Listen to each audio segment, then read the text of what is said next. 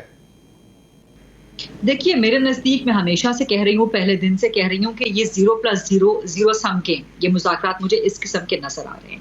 کیونکہ جو PTI کے مطالبات ہیں کہ جی آپ عمران خان سمیت تمام قیدیوں کو رہا کر دیں, بیسیکلی تو عمران خان کی رہائی چاہتے ہیں نا. کم از کم جہاں تک میں دیکھ پا رہی ہوں عمران خان کی رہائی تو نہیں ہونے والی. تو یہ چیپٹر تک کلوز ہو گیا.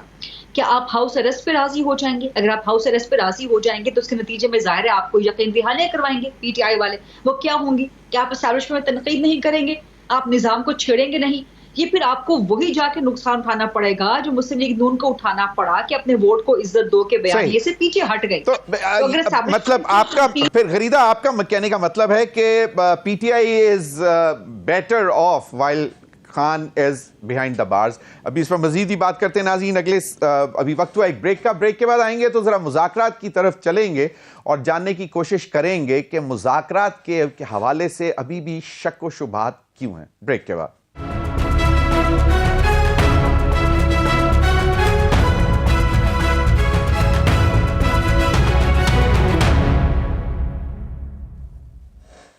ویلکم بیک ناظرین.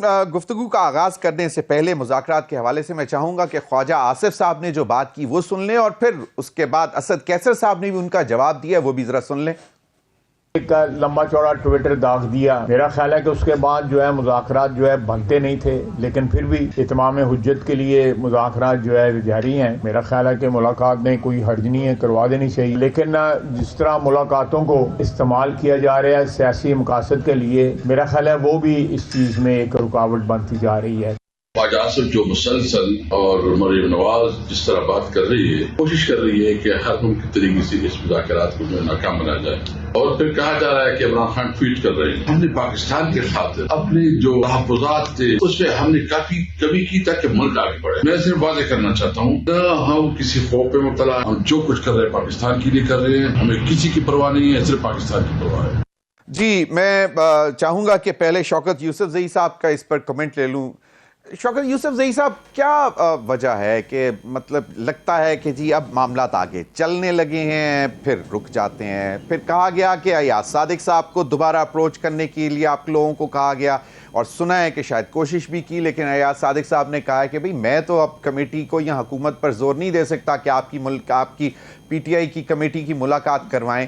اور انہوں نے کہا کہ ایک فورم دے دیا ہے, اب اس پر بات کرنی چاہیے.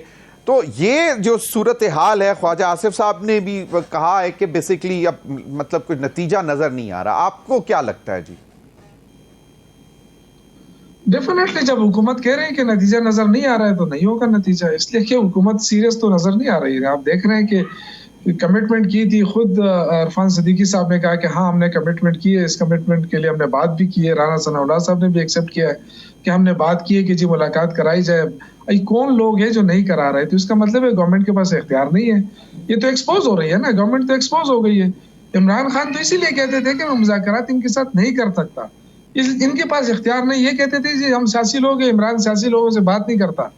تو آپ سے بات کر رہے ہیں نا, ابھی کیا صورتحال نظر آ رہی ہے. دوسری بات یہ کہ عمران خان NRO کبھی بھی نہیں لے گا. یہ جو بار بار کہا جا رہا نا, اگر عمران خان NRO لیتا تو دوسری طرف اس کا جو ٹویٹ ہوتا ہے نا, وہ تو انسان کو اندر سے جلا کے رکھ دیتا ہے. تو پھر کس طرح وہ NRO مانگ رہا ہے؟ وہ NRO والا نہیں ہے. NRO والا تو یہ لوگ ہیں جو NRO کر رہے ہیں. شاید ان کا یہ خیال ہے کہ عمران خان بھی NRO مانگ رہا ہے. وہ NRO پہ عادی نہیں ہے, اور نہ وہ کسی کو NRO کے لیے کہے گا.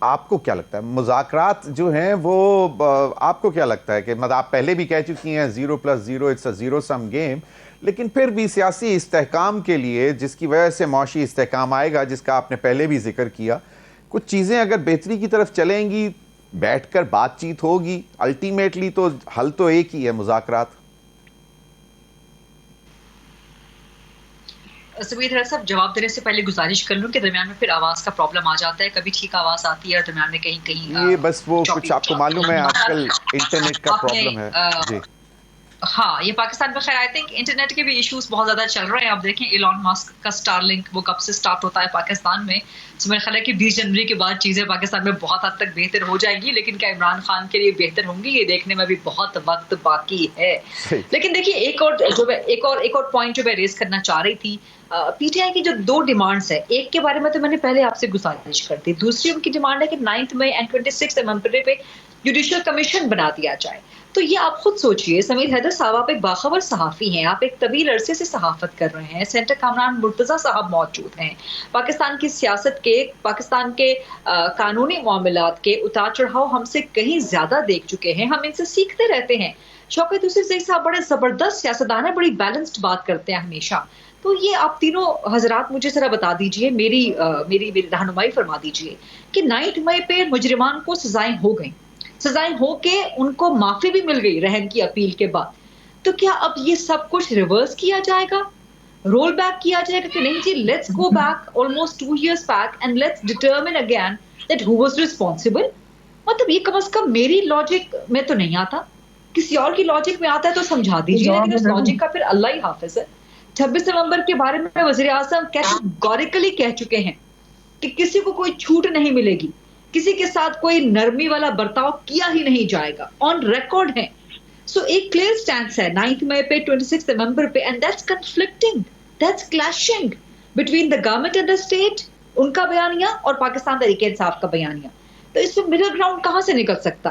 پھر حکومت کے پاس اس وقت ایک بڑا خوبصورت عذر ہو سکتا ہے کہ جی 9 مئی پہ جوڈیشل کمیشن بنانے کا معاملہ تو سپریم کورٹ میں ابھی بھی زیر سماعت ہے، سب جوڈس ہے یہ میٹر.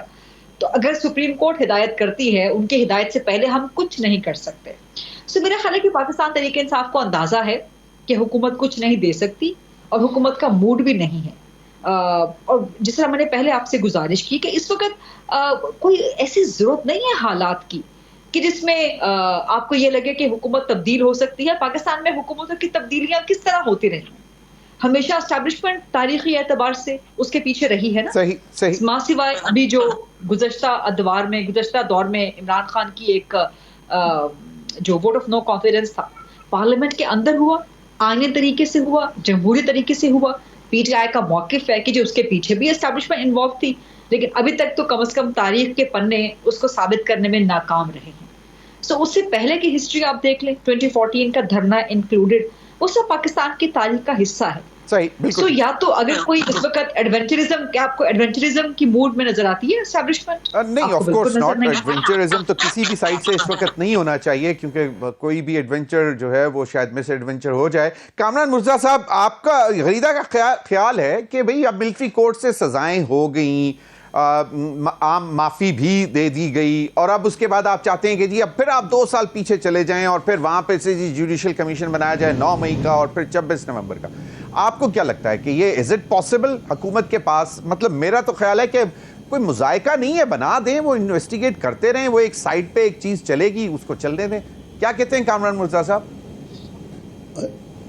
یہ جو جوڈیشل کمیشن کی بات کرتے ہیں، شاید اس کے اوپر جو ہے یہ حکومت، اگر فرض کریں کہ میں حکومت میں ہوتا تو میں کنسیڈ کرتا، میں با اختیار ہوتا تو میں کنسیڈ کرتا کہ بنا لیجئے، کیونکہ یہ فٹائل ایکسرسائز ہے. یہ اس میں 3-4 مہینے 6 مہینے جو نا وہ لوگوں کو جو ہے ایک کام میں لگائے رکھیں، اور پھر جو ہے نا بہت ساری چیزیں اس وقت تک مزید ٹھنڈی ہو جائیں گی. یہاں پہ لوگوں کو نا امید کرنا جو ہے نا یہ بھی ایک طریقہ کار ہے، لوگوں کو اس ایشو سے جو ہے نا ان کی توجہ ہٹانا بھی طریقہ کار ہے. 9 مئی کو وقت گزر دیکھ لیجئے 1.5 سال ہو گیا ہے. اب اس کے بعد جو ہے یہ 26 نومبر والا واقعہ جو ہے اس کو بھی مہینے کئی گزر گئے. آپ اس پہ بنا لیجئے اور اس کے بعد 3-4-6 مہینے جو ہے نا وہ اس